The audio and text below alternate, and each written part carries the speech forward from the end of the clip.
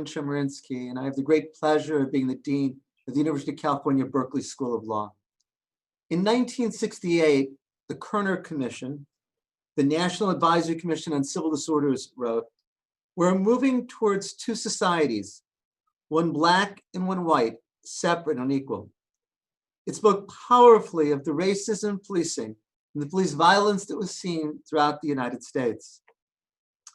52 years later, as we're together now, the names Michael Brown, Eric Garner, Walter Scott, Laquan McDonald, Freddie Gray, Breonna Taylor, George Floyd, all unarmed African Americans killed by the police, are familiar to us.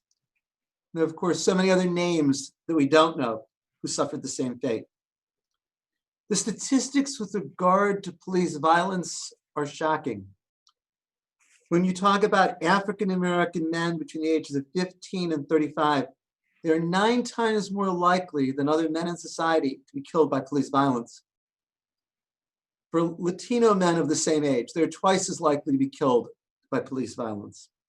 When there's interactions with the police, Blacks are 4 times more likely to be met with the use of force than all others in society. Of course, the racism in the criminal justice system is not just about policing. African Americans are 1/3 of those in prison in the United States, even though Blacks are only 11% of the population. The recent tragic deaths of Breonna Taylor, George Floyd at the hands of the police has again focused our country's attention on race and policing. We as a law school have a special obligation to confront this issue and issues of race more generally. And so this is the first of several programs and forums that we held over the course of the summer and the fall to deal with these issues. We could not have 3 talented, more knowledgeable speakers to address this than the individuals that I'll be introducing you to shortly. Just a word about format. It's a bit different than we've done for our other Monday sessions. For the sake of security, we've disabled the chat. You can ask questions, and we're going to leave time for questions. And Whitney Mello will, at the end of our presentations, then read the questions aloud for the panelists to answer. There'll be 4 presentations to listen to before we get to the questions. I'll introduce each of the speakers individually. I'll apologize to them at the outset that my introductions are going to be very brief. I want to leave maximum time for you, the audience, to be able to listen to the speakers. We're going to start with my colleague, Professor Kiara Bridges. She's professor of law here at the University of California, Berkeley School of Law.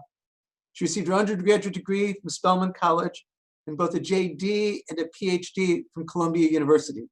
So many years on the faculty at Boston University, we were tremendously fortunate to recruit her to join us here at Berkeley in the summer of 2019. And with that, I'll turn it over to you, Kiara. Yeah, thank you so much for that introduction, Erwin. And thank you so much actually also for proposing today's panel and for organizing it and for inviting me to speak. I will focus my remarks today on what critical race theory as an analytical framework, what critical race theory can bring to understanding police violence. And I will spend my time today exploring how critical race theory, or CRT for short, might encourage us to think about George Floyd's death just 2 weeks ago today. So there's no time, of course, for me to give a complete history of critical race theory. I will just say that CRT emerged in the legal academy in the 1970s and 1980s in response to what critical scholars considered to be limitations in traditional civil rights discourse. And one of the many ways that critical race theorists thought that traditional civil rights discourse was limited was with regard to its definition of race, of racism. So traditional civil rights discourse tends to define racism as, and let me just share my screen here, as discrete, easily identifiable, invariably intentional, always irrational acts perpetrated by bad actors. Essentially, traditional civil rights discourse defines racism as individually held bias or prejudice. And CRT proposes that this definition of racism is woefully inadequate. While defining racism as discrete, easily identifiable, invariably intentional, always irrational acts that are perpetrated by bad actors, while that might have described a type of racism that may have been ubiquitous in the pre-civil rights era, and while this definition of racism may describe a type of racism that may tenaciously persist today, CRT argues that this definition does not describe the mechanisms that do most of the work of maintaining white people as the dominant racial group in the country at present. CRT contends that far from being discrete or cut off, racism and racial dominance are oftentimes the result of interactions of many institutions across multiple domains.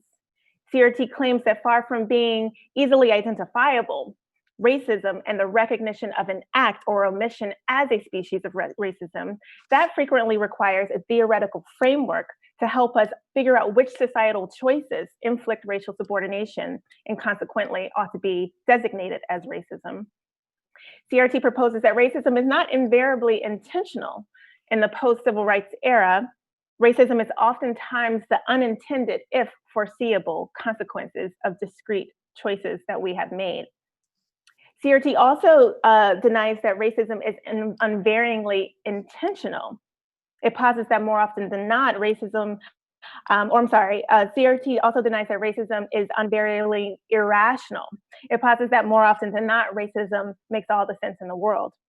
And finally, CRT argues that while racism may be perpetrated by bad actors, it more frequently is the result of institutional structural processes in the post-civil rights era. And CRT offers that defining racism in the way that traditional liberal civil rights discourse proposes is problematic and it's dangerous.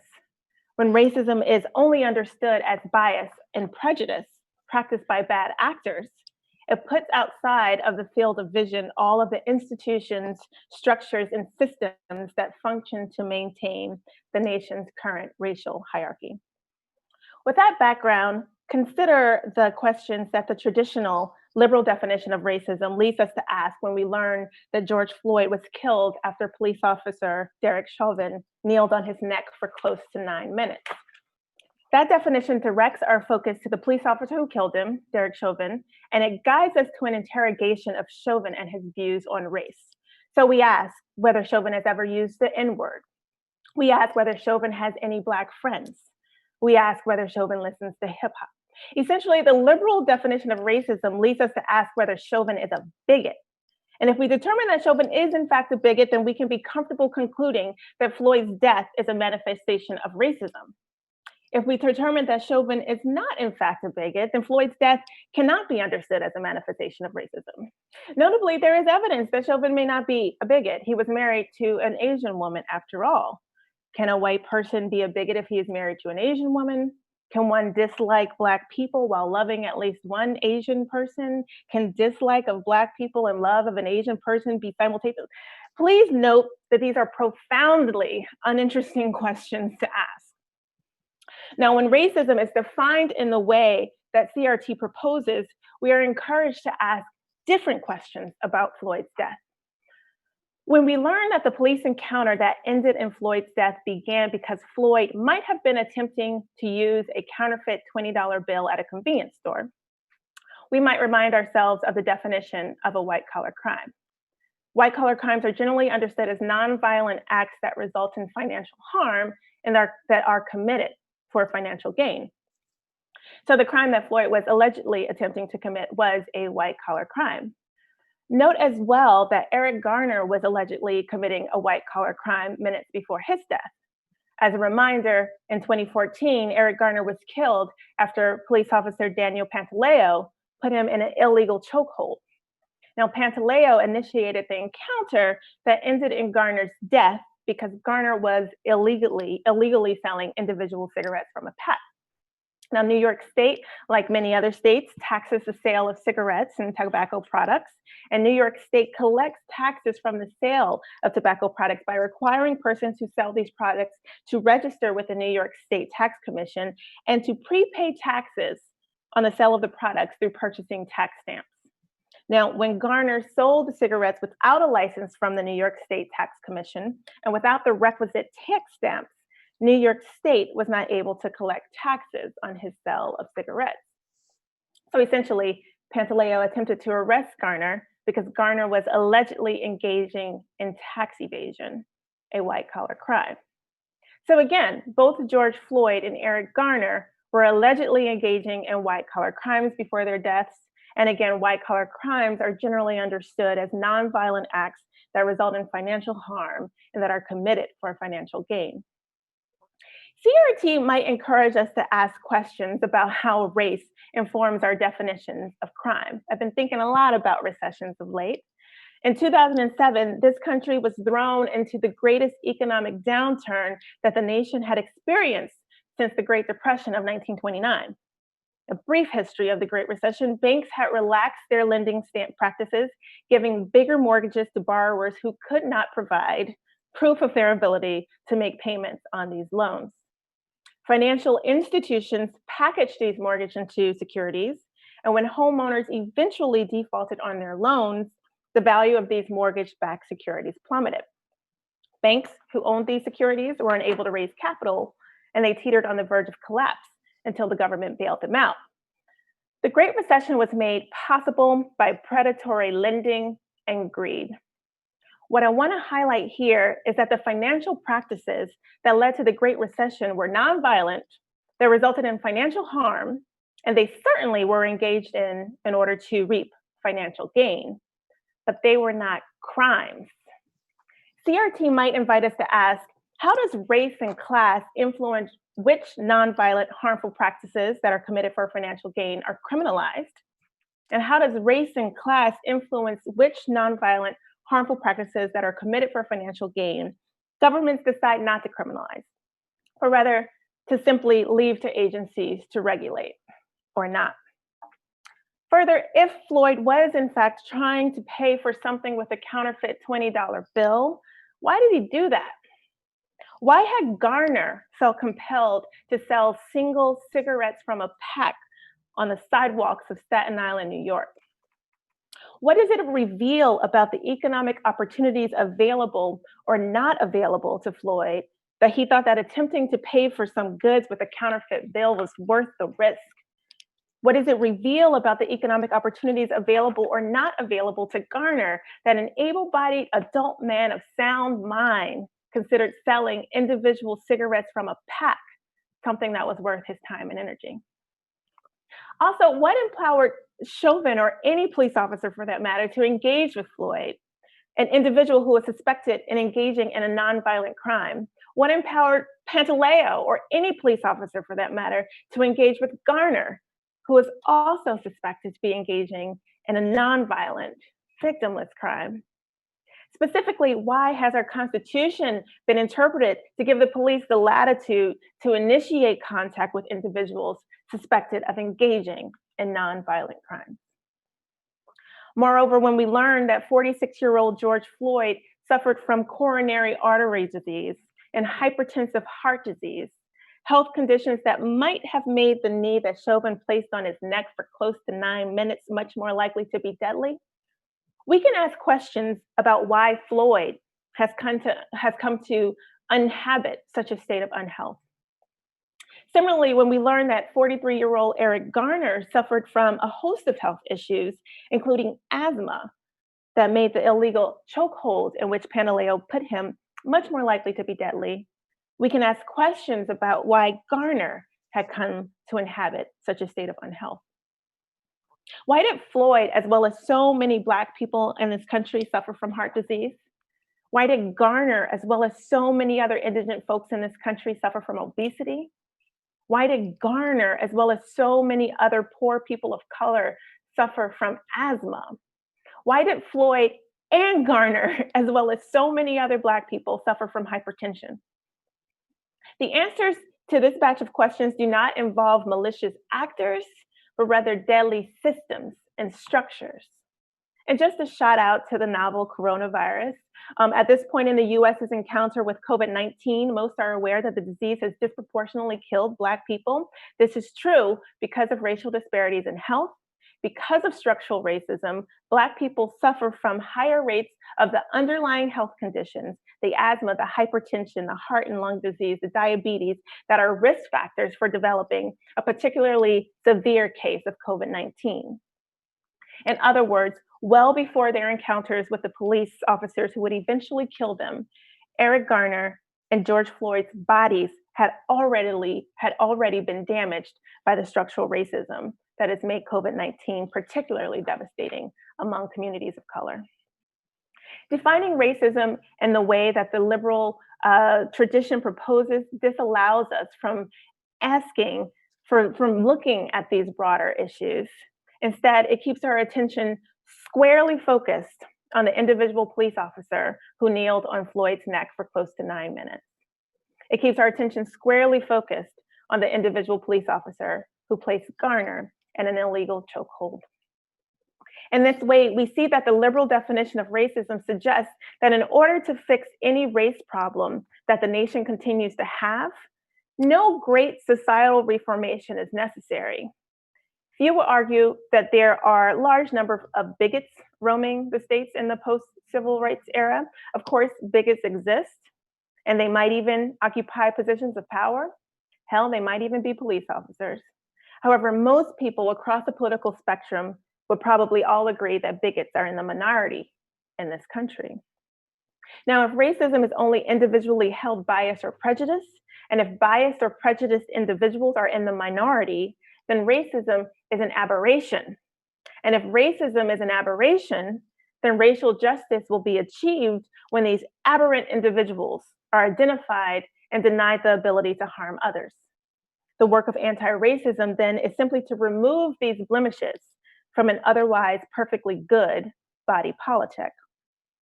But if racism is defined more broadly, then there is nothing simple, pat, or easy about the work of anti-racism. Returning to George Floyd, the liberal definition of racism suggests that the work of anti-racism is to remove Chauvin from the police force if he is indeed a bigot. It also suggests that we need to implement procedures that will prevent other bigots from becoming police officers. And if we do those two things, problem solved. But if racism is defined in the way that CRT proposes, then more wide-ranging changes are necessary. And these changes involve addressing society's decision to criminalize nonviolent activities in which the poor, because of their indigence, disproportionately engage, like selling individual cigarettes from a pack. These changes involve creating legal opportunities for individuals to support themselves and their families financially. It also involves constructing a durable, generous, and non-punitive social safety net for those who find it difficult or impossible to be financially self-supporting. It involves reconsidering the court's interpretation of the Fourth Amendment. And these changes also involve addressing the citing of environmental hazards in poor communities of color, which contributes to the high rates of health problems among the residents of these communities. It involves making healthy food available and affordable in poor neighborhoods.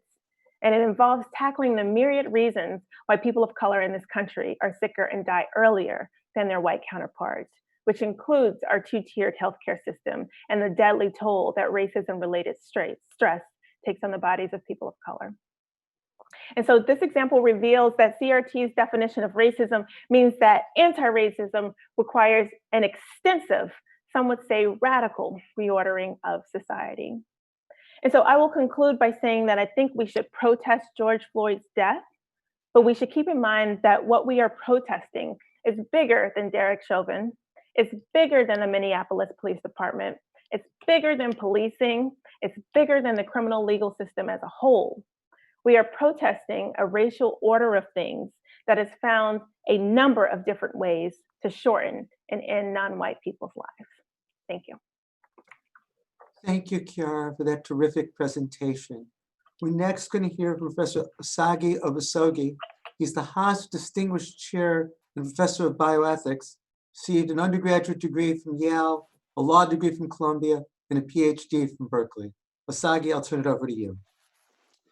Great, thank you, Erwin, and many thanks to the Berkeley Law community for inviting me to be here. So I'd like to start by acknowledging that this is an extremely difficult conversation to have, and that many of us are still in the process of grieving and trying to understand what is happening. The talk that I'll give today will be fairly traditional, but please don't let this obscure the sense of frustration and disappointment that I have right now. To be sure, we have seen some truly beautiful moments over the past few days, with diverse groups of people from around the world coming together to say no more to racism, to end police brutality, and to affirmatively state that Black lives matter. But we can't escape the fact that we're here because Black people continue to be terrorized, maimed, and killed over absolutely nothing, and often by the state. George Floyd, Ahmaud Arbery, Breonna Taylor, and many, many others. We have to remember them and say their names.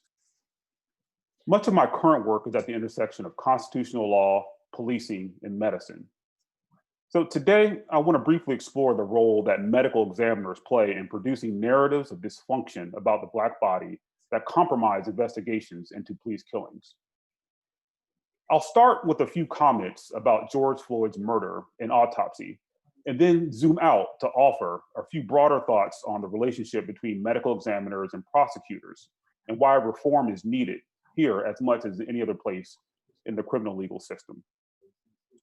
George Floyd was brutally killed by Minneapolis police officers 2 weeks ago today.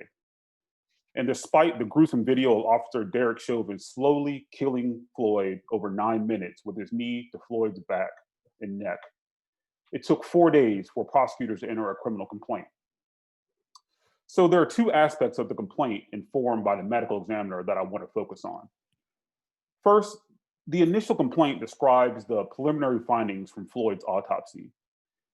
It would be a few more days until the full report would be released. But at this moment, the medical examiner concluded that there were, quote, no physical findings that support a diagnosis of traumatic asphyxia or strangulation. So at one level, this is what one of my colleagues has called medical gaslighting. Here, the autopsy is being used to provide some type of medical or scientific evidence that our eyes didn't see what we thought they saw. Ultimately, the final autopsy from the medical examiner's office would rule that the manner of Floyd's death was a homicide. But we can see in these early moments the subtle ways in which medical findings are presented to the public to raise doubt about the responsibility of police officers, even when video evidence is clear and substantial. So what is also missing from this presentation of physical findings is context. Providing an initial autopsy report to the public saying that there was no physical evidence that Floyd was asphyxiated provides a sense that Floyd must have died from something other than the officer's weight on his body. But this presentation, without any other information, is at best deceptive. A collective of Black physicians wrote a statement in response, noting that, quote, it is widely understood by medical professionals that asphyxiation can occur without physical findings, end quote. They also note that it was not only Chauvin's knee on Floyd's neck, but also the other officer's body weight on Floyd's torso that prevented his normal breathing mechanics. So in addition to all this, the initial criminal complaint against Chauvin revealed that Floyd had underlying health conditions that included coronary heart disease and hypertensive heart disease. The complaint then concludes by saying, quote, the combined effects of Mr. Floyd being restrained by police, his underlying health conditions, and any potential intoxicants in his system likely contributed to his death, end quote. Racial disparities in heart disease and hypertension are deeply entrenched and growing. Public health officials largely connect these disparities to various social determinants of health that produce worse results for Blacks, such as poverty, lack of access to fresh groceries, and higher levels of daily stress. But in the context of watching a man die from having a knee to his neck for 9 minutes, we have to ask, why does any of this matter? What we see in the Floyd autopsy is how the social, political, and economic group conditions of being Black are brought into the conversation to then explain why Floyd as an individual, and conversely, why the individuals might not be at fault. The story being painted by the medical examiner's report is one that has been told many, many times when police officers kill Black people. and that is a story of spontaneous death. A classic example of this was on display in the 1980s when the Los Angeles Police Department came under criticism for the number of Black people killed as a result of police officers using a chokehold. Then Police Chief Daryl Gates tried to explain this by saying, quote, "We may be finding that in some Blacks, when the chokehold is applied, the veins or arteries do not open up as fast as they do in normal people," end quote. So Daryl Gates is not a medical examiner. But what this quote highlights is the rather fluid nature in which law enforcement and their medical colleagues engage in banter that places the problem of Black death on the anatomy and pathology of Black people rather than on the abuse inflicted by police officers. It's a story that when Black folks are restrained by police, we somehow get all worked up, and our inferior anatomy and tendency to have various disease pathologies means that our bodies cannot take the strain that most other humans can, and that we somehow die through no fault of law enforcement. We also see hints of this in the initial criminal complaint, which oddly which oddly quotes one of the officers at the scene expressing concern while Floyd was being restrained. He's quoted as saying, quote, "I'm worried about excited delirium," or whatever, end quote. So this is an odd thing to say in the moment, and an even stranger thing to place in a criminal complaint. But it starts to make sense once we zoom out and place Floyd's killing in the broader context of the pandemic of police killings happening around the country.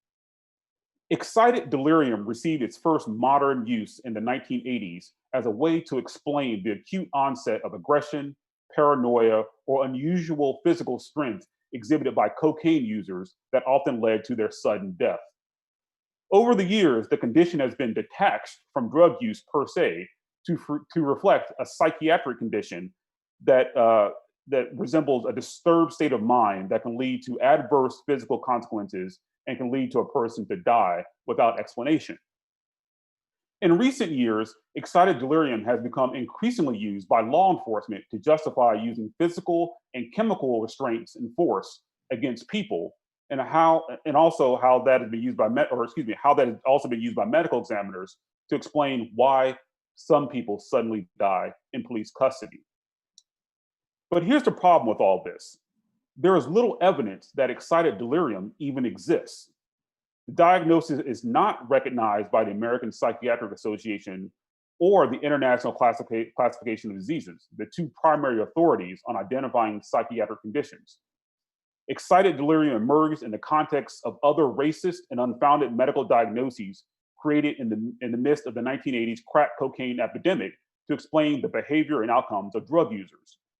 And while these other racist diagnoses have been exposed for their problematic framings of Black people, excited delirium has persisted and mutated to become a favorite explanation by medical examiners and law enforcement to explain why Black people suddenly die in police custody. Put bluntly, it's a made-up medical condition that's being used to hide police brutality. I'm currently in the process of documenting how excited delirium has become a central explanation and defense in situations where police kill. But the initial findings are quite disturbing and highlight the extent to which medical examiners and other healthcare professionals participate in covering up and explaining away police killing people. So I'll conclude by quoting the last line of the press release that describes George Floyd's autopsy results. It says, quote, under Minnesota state law, the medical examiner is a neutral and independent office and is separate and distinct from any prosecutorial authority or law enforcement agency. Ask any lawyer and they will tell you about the questionable relationship between prosecutors and law enforcement. While they are supposed to work independently, it is well known that they often work together against the interests of victims of police violence. It is time that we also turn a critical eye towards medical examiners and demand that they be held to high standards. Right now, in the context of police killings, medical examiners are behaving like cops. They are part of the same blue wall of silence that uses medicine to cover up the police officers' unimaginable brutality. And our communities deserve better. Thank you. Thank you, Osagie, for those wonderful remarks. Next, we're going to hear from my colleague, Professor Roxanna Altholz. She's a clinical professor of law here at Berkeley Law. She's co-director of the International Human Rights Clinic. She's an undergraduate degree from Brown, a law degree from Berkeley. She's recently completed a major study with regard to the Oakland Police Department. Roxanna, thank you. So I want to also thank Erwin for inviting me to join the panel. I feel privileged to participate in this discussion about accountability for state violence and the need for transformative justice with the other panelists and also with this community. I want to start by adding my voice to the so many others denouncing the brutal state-sanctioned killing of George Floyd, Breonna Taylor, and many, many others, and recognize that if it weren't for the dedication of anti-racist organizers who gave of themselves for years and years to give us this possibility of creating an astonishing future, we would not be here today. I want to also recognize that we've seen Black-led multicultural protests taking place in 114 cities in 21 countries over the last 14 days. And the work is just beginning, but personally, that gives me a tremendous amount of hope. Today, I'm going to talk about crime victims' rights and policing.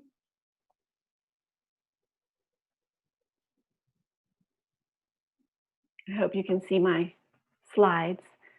I'm going to examine how, even with regard to the most serious of crimes, homicide, police, prosecutors, government, social workers disregard the trauma of Black and Latino crime victims, often exacerbate the impacts of violence, and fail to provide adequate support and assistance. During today's presentation, I will identify some of the specific laws and law enforcement behaviors that foster what Monica Bell has called legal estrangement.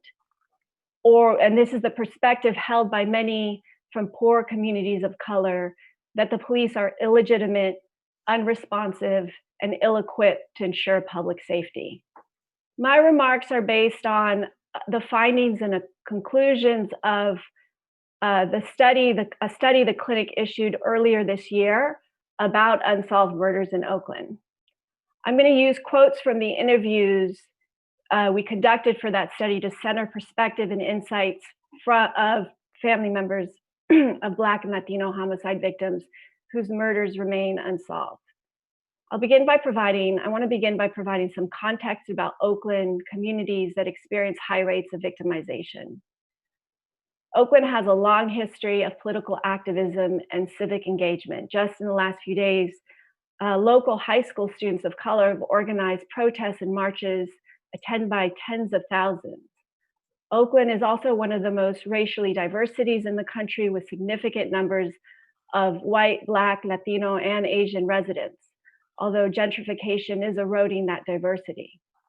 Oakland also has a long history of racial discrimination and racism, perpetrated both by private and public action that has deprived residents of color of housing options, employment opportunities, political power, and access to healthcare, and subjected residents of color to over-policing, police brutality, under-resourced schools, and unhealthy environments.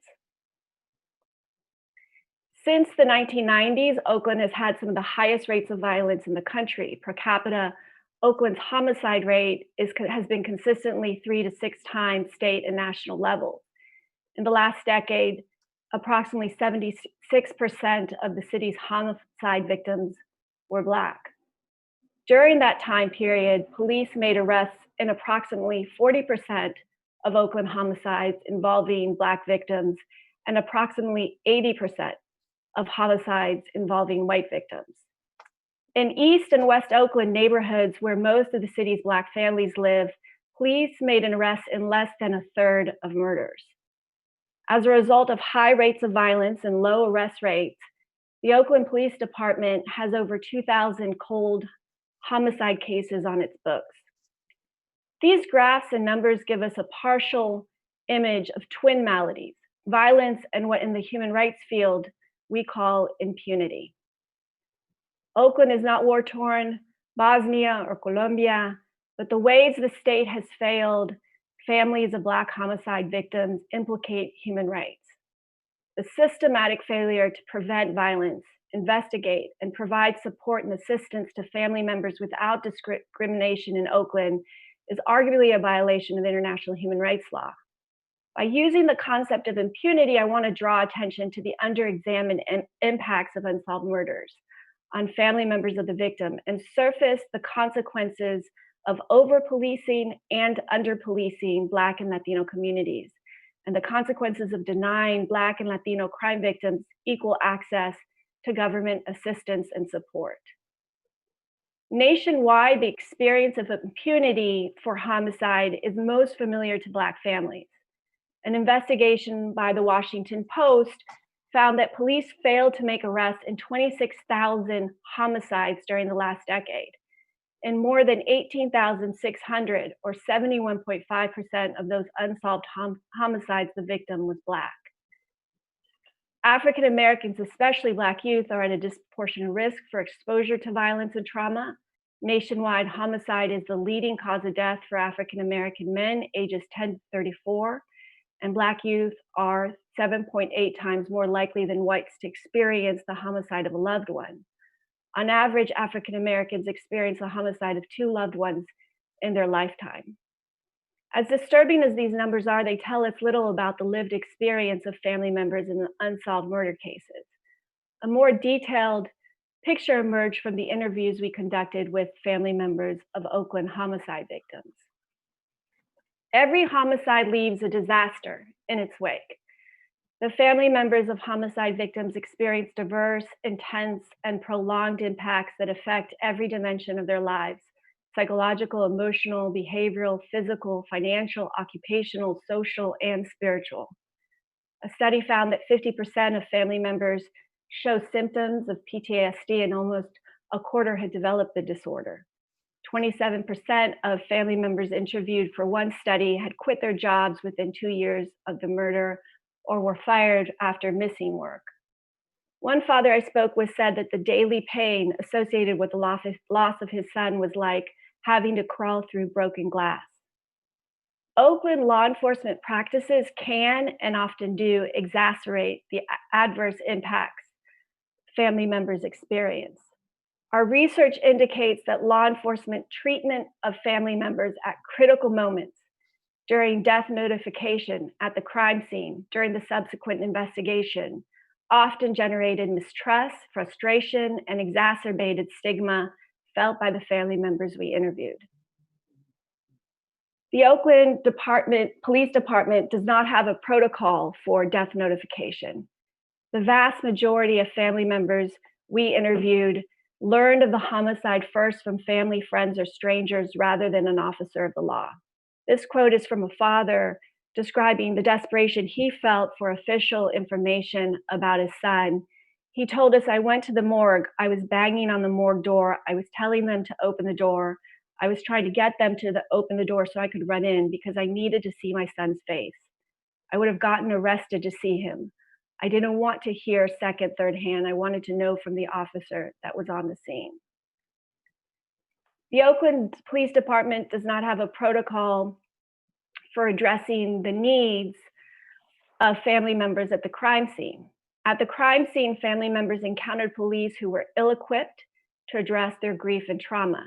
Family members described the experience with OPD at the crime scene as hurtful and very traumatic. Some family members, like what is described in this quote, were threatened with arrest or arrested when they tried to find out what happened. This brother of a 2011 Oakland homicide victim told us, "The police didn't give me any information. They told me to go, go, go, not telling me where to go, but just telling me to go. I explained to them that was my brother, then they kept us off to the side without giving us any information. My brother's laying there dead, then my other brothers came. The police tried to arrest my youngest brother because he was trying to figure out what was going on." The Oakland Police Department does not have a protocol for communicating with family members during the investigation.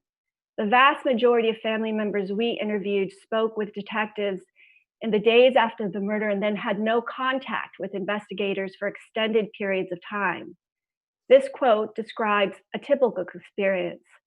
Most family members rarely, if ever, received updates about the investigation or even a return phone call from investigators. This is another quote that describes the mother's response to the police's lack of communication.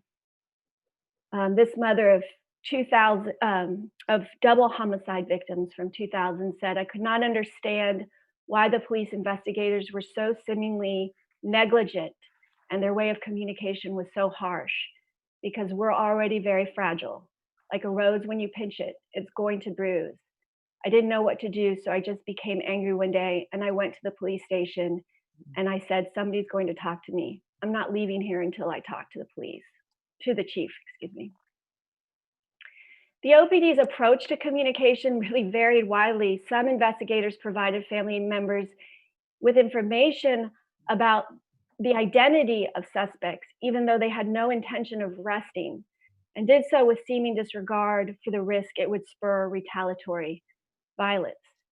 These gaps and shortcomings exist, although more than 40% of Oakland's general budget, a higher percentage than in many other cities, goes to the police department. OPD chronically understaffs its homicide section. In 2013, for example, each of Oakland's homicide investigators handled a caseload of more than 20 homicides. According to experts, a caseload should not exceed 4 to 6 homicides per investigator per year.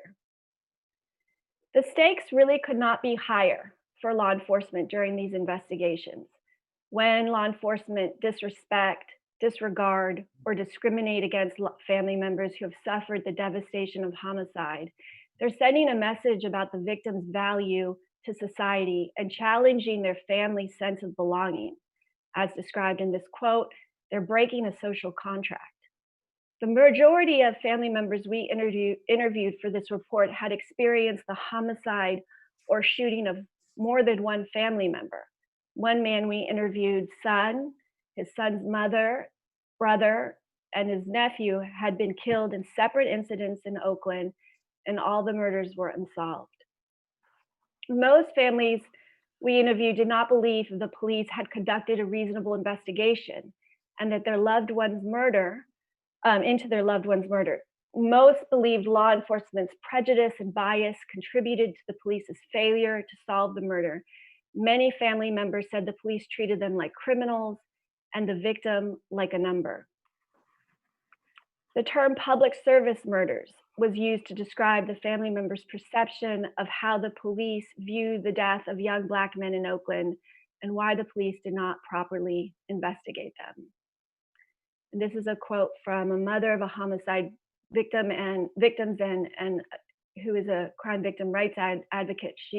She told us that the average family member that I work with does not feel supported by the system. They don't feel valued. They don't feel that their child's life was valued.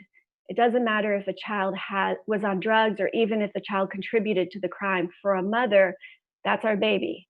That child was born bones of our bones, flesh of our flesh.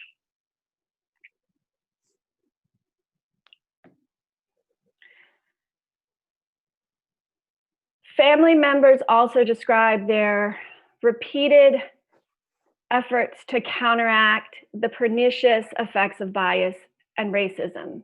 They repeatedly called investigators. They went to the police station.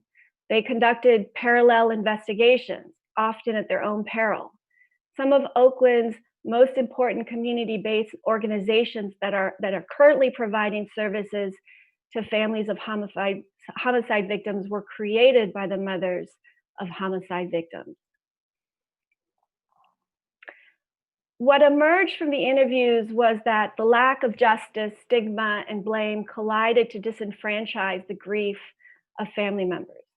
Law enforcement behaviors and laws have cast young Black victims of homicide as culpable for their own deaths and denied their loved ones the right to grieve.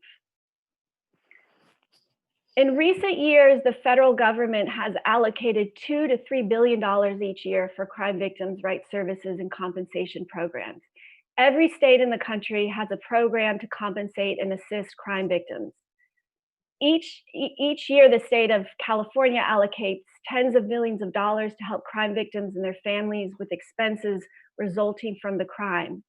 California law, like many other states, establishes a distinction between deserving and undeserving victims and has invested police with the authority to decide who qualifies as a crime victim, who has legal rights as crime victims. This slide summarizes the grounds for eligibility. California crime victims and their families who are on probation or who the police determine were involved in the death or who do not cooperate with the investigation are ineligible for financial assistance with the funeral, medical, and mental health expenses and relocation. One study has found that the laws that bar crime victims with criminal records from receiving state financial assistance disproportionately impact Black crime victims. Oakland community-based service providers told us that the police often leverage their authority to deny access to government assistance to compel family members to cooperate with the investigation. However, several family members reported that the police do not respond to their requests for protection. The support that eligible family members of Oakland homicide victims receives is modest, about usually less than $500,000 a year in total for everyone. Financial assistance covers limited expenses and services for a maximum of 2 years. Family members who continue to experience the consequences and effects of impunity for more than 2 years, from the government's perspective, are on their own. When we asked about their expectation for justice, most family members expressed an expectation and desire for the traditional justice system to hold the person responsible for the murder accountable.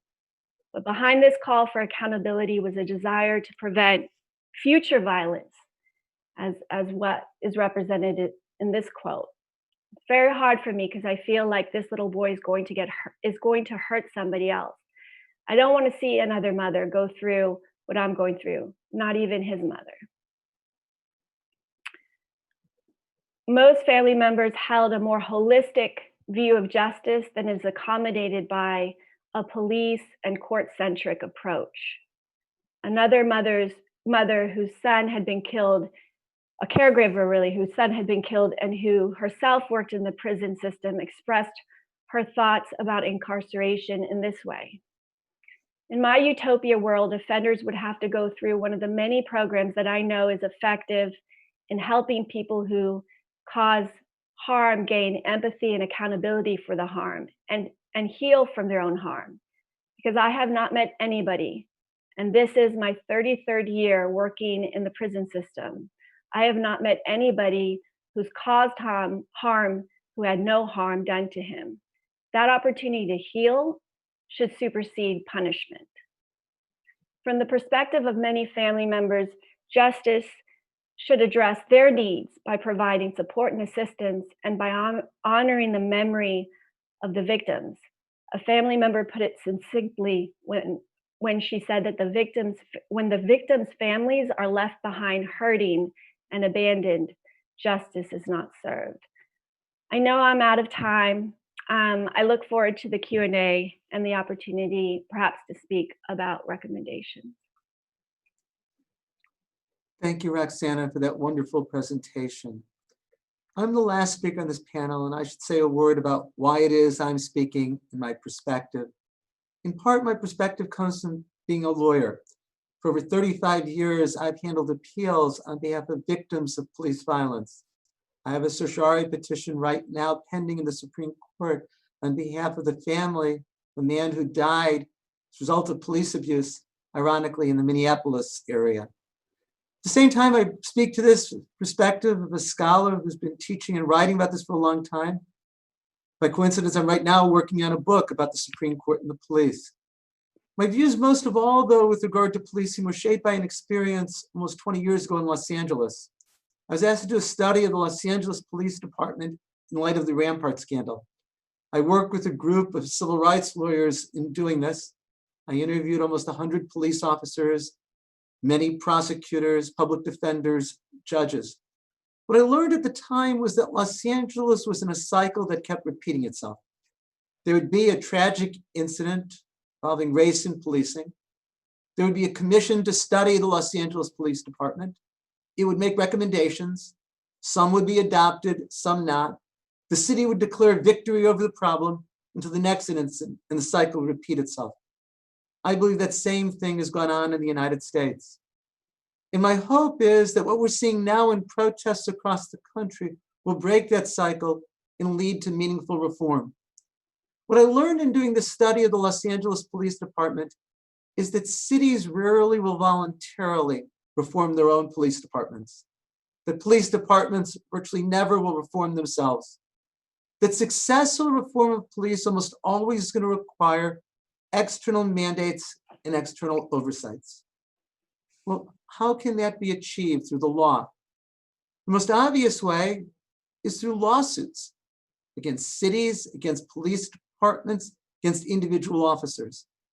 But unfortunately, the Supreme Court has made it very difficult and almost impossible in some instances to sue, whether it's the city, the police department, individual officers, which then means that the Supreme Court has contributed enormously to the problem of policing and the problem of race and policing in the United States. Often, there's a desire to sue cities and police departments for injunctions to reform policing practices. But the Supreme Court has made that difficult, if not impossible. The key Supreme Court case here was City of Los Angeles versus Lyons in 1982. Adolph Lyons was a 24-year-old African-American man who was stopped by Los Angeles police officers for having a burnt-out taillight. The officer ordered Lyons out of his car. The officer slammed Lyons' hands atop the roof of the car. Lyons complained that the keys in his hand were cutting into the skin of his palm. The officer then administered a chokehold on Lyons and rendered Lyons unconscious. Lyons awoke. He was spitting blood and dirt. He had urinated and defecated. He was given a traffic citation and allowed to go. He did some research and discovered to this point 16 people in Los Angeles had died from police use of the chokehold, most all like him, African-American men. And of course, it was a police chokehold much more recently that killed Eric Garner just a couple of weeks ago, killed George Floyd. Adolph Lyons sued the Los Angeles Police Department for an injunction to keep officers from being able to use the chokehold except where necessary to protect the officer's life or safety. But the Supreme Court ruled that Lyons lacked standing to sue. The Supreme Court said Lyons could not show that it was likely that he personally be choked again in the future. The Supreme Court said that a plaintiff like Lyons who's seeking an injunction has to show a likelihood of future personal injury. This makes it so difficult for victims of police abuse to be able to sue in court for systemic reform of police departments. There's one case in Chicago where women who were stopped for routine traffic violations were subjected to humiliating, degrading strip searches by the police. They wanted to sue the Chicago police to stop strip searches when people were just being detained for traffic violations. But the court said these women lacked standing to sue because they could not show it'd be likely they would be stopped again and that they would be subjected to the strip searches. I have had so many conversations the last decades with civil rights lawyers who wanted to bring suits for injunctive relief against police departments. They have a plaintiff who suffered a terrible, sometimes even a fatal injury, but they can't sue because they can't show it's likely to happen to that person again. Well, if the suits aren't for injunctive relief, then they need to be for money damages. But here too, the Supreme Court has closed the courthouse door, made it very difficult to bring suits for money damages, made it very difficult to use the law to reform policing. One possible defendant is the local government, the city, the police department. But the Supreme Court has made it very difficult to sue cities, sue police departments. The key Supreme Court case here is Minal versus Department of Social Services in 1978. There, the Supreme Court held that a local government could be sued only if its own policies violate the Constitution. A city can't be sued on a respondeat superior basis. All law students learn in first-year torts that if an employer has an employee who commits a tort on the job and the scope of duties, the employer then is liable for money damages. But not so when it comes to constitutional violations. A city is liable only if you've proven that its own policy violates the Constitution. The Supreme Court has made it very difficult to show a municipal policy, and often in the context of police abuse cases, this means no recovery at all. Let me just give a couple of examples. The first is a Supreme Court case not quite a decade ago, Connick versus Thompson. John Thompson spent 18 years in prison on death row for murders that he didn't commit. At the time of his trial, the deputy district attorney had blood evidence that was linked to the assailant, John Thompson. The deputy attorney was required under the Constitution, under Brady versus Maryland, to allow the defense to test the blood. The deputy district attorney hid the blood evidence. In fact, many years later, when the deputy district attorney was literally on his deathbed, he told another deputy district attorney about it, and that deputy district attorney told no one. Thompson was convicted, sentenced to death. Just weeks before scheduled execution, through a series of coincidences, his defense lawyers learned of this blood evidence. Thankfully, it was still in the police evidence room. They were able to have it tested. Not only didn't it match Thompson's DNA, didn't even match his blood type. There was a new trial. He was acquitted. He sued the city, saying that the prosecutors were responsible and that the city ultimately was responsible because of a long pattern of Brady violations. But the Supreme Court ruled against John Thompson. They said, this is just one incident. You can't prove a city's liable through one incident. Justice Ginsburg, in a sense, said it wasn't one incident. 5 different deputy district attorneys knew of the blood evidence and didn't speak up. There's a long pattern of Brady violations in Orleans Parish. Also, this wasn't even the only Brady violation in this case. There was a witness who described the assailant as having short hair. John Thompson at the time had a large afro. Nonetheless, the Supreme Court said no recovery because of no city policy. Or an example directly about police abuse. Supreme Court case, Board of Commissioners of Bryan County versus Brown. A sheriff hired a nephew. The nephew should have never been on the police force. He had a long history of violence and of criminal violations. In fact, the sheriff even knew this. He wouldn't give him a gun because of the concern. This deputy sheriff stopped somebody, pulled the people out of the car so harshly that the woman needed knee replacements in both knees. Sued the city here, saying its policy of deliberate indifference with regard to training and supervision was responsible. The Supreme Court ruled the city couldn't be liable because the city couldn't foresee this specific injury. In case after case, the lower courts have refused to allow damages against cities for violations of rights by police. Here's why it matters. If cities are held liable for money damages, that will give them an incentive to reform the police. If the cities don't face that liability, the incentive isn't there. Also, the victims don't get compensated. Then there's the possibility, the alternative, of suing the individual police officers. Any government officer who is sued for money damages always has an immunity defense. Some have absolute immunity.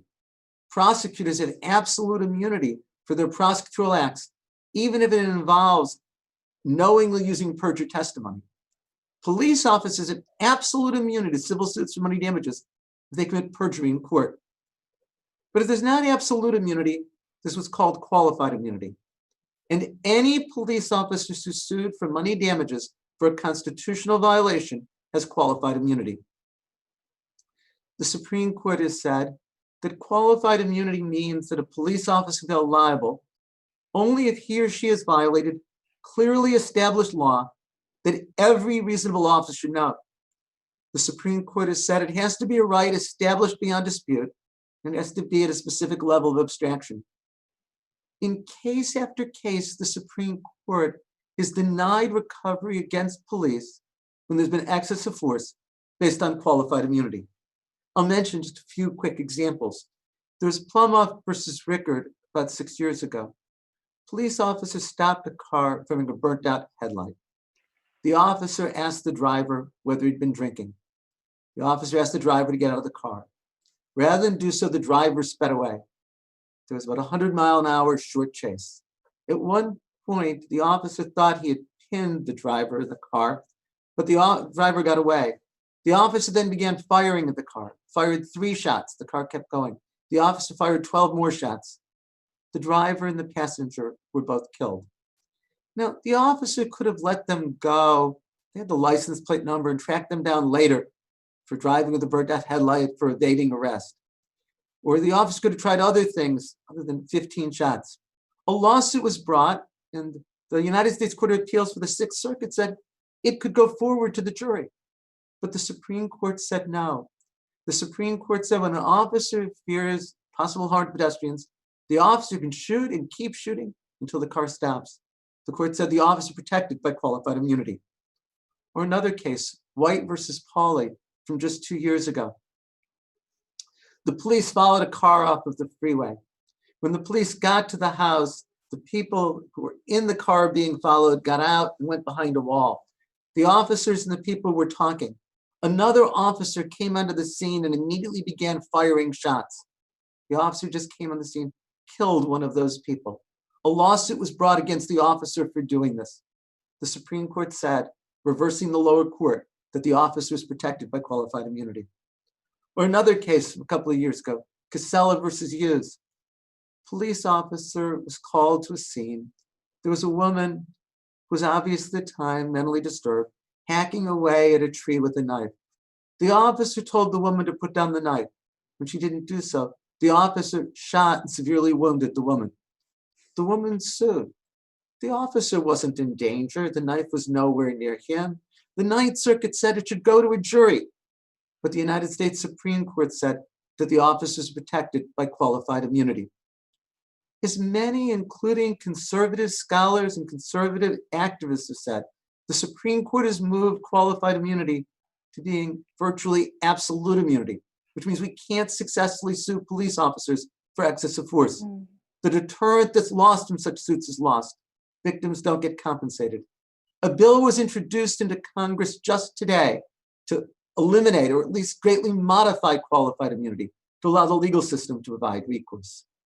Now, I have focused on what we as lawyers would want to do, filing lawsuits against government, against police officers for reform.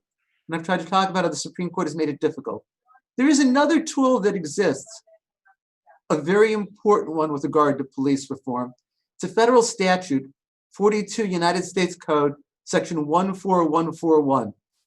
It specifically says that the United States Department of Justice can sue police departments when there's a pattern and practice of police abuse and violations. This lets the Justice Department bring the suit, and often it leads to consent decrees that reform police departments. There were such consent decrees entered in many cities, Baltimore, Cincinnati, Seattle, that brought about reforms. In the early 2000s, after the Rampart scandal, the Justice Department told the city of Los Angeles that it was going to be sued. And the city and the Justice Department entered a consent decree that's over 100 pages long. It did things that should have been done a long time ago. It created a system for tracking disciplinary violations of officers. It required that officers track the race of the individuals who they're stopping, something crucial in eliminating and at least providing a remedy for racial profiling. It created an external monitor of the Los Angeles Police Department. There's certainly much more that need to be done, but these consent decrees made a difference. Unfortunately, Attorney General Jeff Sessions said that the Justice Department was not going to use the authority under 14141, believed as intrusion into local police departments. In fact, they even said they weren't going to enforce existing consent decrees. Attorney General William Barr has followed that. So just as the courts have been closed off, so has the Trump administration closed off using this very important tool that exists in federal law. Now, some of what I've talked about would require the Supreme Court changing doctrine. Overcoming Lyons would require the Supreme Court change the standing doctrine of the Constitution. Some can be done by Congress. Congress can modify the civil rights law to make cities liable on a respondeat superior basis, the city liable for constitutional violations of officers. Congress can change qualified immunity. It's not constitutional. A different administration can choose to use 14141. But I'm totally convinced that in order to ultimately achieve meaningful police reform, there needs to be external mandates and external oversights. We need to overcome the legal obstacles that I've just been talking about. So you've now had the chance to hear from 4 panelists, 4 different perspectives. We have about 5 minutes left. Whitney, if you want to ask some questions, I know there's only a few minutes left for questions. Yes, happy to. I've received a number of questions. So first, could the panelists share their thoughts on A, defunding municipal police departments, and B, large universities like ours cutting ties with police departments, as has been done in Minnesota public schools and universities? Maybe start with each of the panelists in order. Kiara, Osagie, Roxanna. Yes, so I'll start. I think that we should keep in mind that Eric Garner's death, Philando Castile's death, Stephon Clark's death, George Floyd's death, all of these deaths, Breonna Taylor's death, all of these deaths have taken place within the context of mass incarceration. Our country imprisons more people than any other country in the world. We have higher rates of incarceration than any other country in the world. What that means is that when we have a problem in this country, we turn to the criminal legal system. We build more jails and prisons. People are using drugs, build more jails and prisons. People are stealing food, build more jails and prisons. People are assaulting others, build more jails and prisons. We have limited our imagination because we have relied on the police and the criminal legal system for so long to address our social problems. And during my talk, my remarks, I talked about several, and please note that list that I gave was not exhaustive. I talked about providing foods and vegetables that are affordable and accessible in poor communities. I talked about erecting a durable, non-punitive social safety net. I talked about addressing our 2-tiered healthcare system and the fact that when you are poor, the care that you get is something that ought not to be found in one of the wealthiest countries in the world. When in order to address those issues that I identified, it takes money. And when you ask budgets, people who construct budgets, when you ask folks who guard money, they tell you that there's no money for it, right? They tell you that it's zero sum. We spend a lot of money on policing. We spend a lot of money on building jails and prisons. What I understand the efforts to defund to be about is about diverting that money that we spend on using the criminal legal system to address social problems and using that money on a social safety net, on foods, fruits and vegetables, on healthcare. It makes all the sense in the world. Again, we have limited our imagination because we've always led with the criminal legal system in this country. These protests are an opportunity to reimagine what we want our society to be like. And so I fully support efforts to defund. We have a couple of minutes left, maybe Osagie and Roxanna, if you each take 1 minute. Sure, just to follow up on Kiara's comments, I agree with everything she said. I guess the only thing I would add to that is that I think it's important as we think about these defunding efforts to keep in mind that the vast majority of tasks that police officers do not require a service weapon. And so we have to radically reimagine how can we kind of use community resources to address problems that happen in society that a specialist, someone who's trained. So for example, mental health crises. Too often folks have mental health crises and we send a police officer with a gun in there and tragic things happen. So as we think about defunding and reallocating resources, we have to think about what is the architecture that we need to create community responses so that we can deal with these problems in a way that, specialists who are trained in de-escalation and negotiation, rather than people who are untrained with weapons, are put into those situations so that we can both solve social problems and make sure that everyone walks out of those situations alive. So as we have the defunding conversation, we have to also imagine what that structure looks like and making sure that structure prioritizes the health and safety of all community members. Yeah, I absolutely agree with what Khiara and Osagie have said. I would just add, I hope from my presentation, what I was able to communicate was how the police, Oakland police particularly, is failing at their core functions.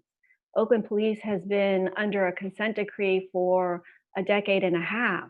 We've seen scandals for 3 decades in the Oakland police, the most recent involving the exploitation of a minor by so many of the in power in the Oakland police, in the high in the hierarchy and rank and file, that we, I think, had 4 changes to the chief of police in a period of 2 weeks. So it is when you have the police failing at the core function of solving homicides, it's important to really examine whether it makes sense to continue with this configuration, to continue and allowing the Oakland police to function. I'd also add to some of what Khiara and Osagie said, just to flag the situations in which police serve as gatekeepers to accessing services, support, and assistance. And that's certainly the case when it comes to crime victims. Police can, as I explained, deny access to those services for reasons that are not well established. And I think that opens up for the opportunity for racism and prejudice and bias to operate quite vigorously. I apologize that we're out of time. I know there are many questions we can get to, but this is just the first of many programs and forums that we'll hold on issues of race and race in policing. I began this afternoon by quoting the Kerner Commission from 1968. And its preface begins by saying that what it's doing is just a start. It said, it can only be a beginning because patently until the fact of white racism is admitted, it cannot be conceivably expunged. To begin by saying, but a journey of 1,000 miles, President Kennedy used to say, must begin with a single step. I know that this program is just a single step, but I hope it's one of many that we will take together, to try to pursue justice in this area. I hope too that you'll join me very much in thanking Khiara, Osagie, and Roxanna for their wonderful presentations today. And thanks all of you for being part of this.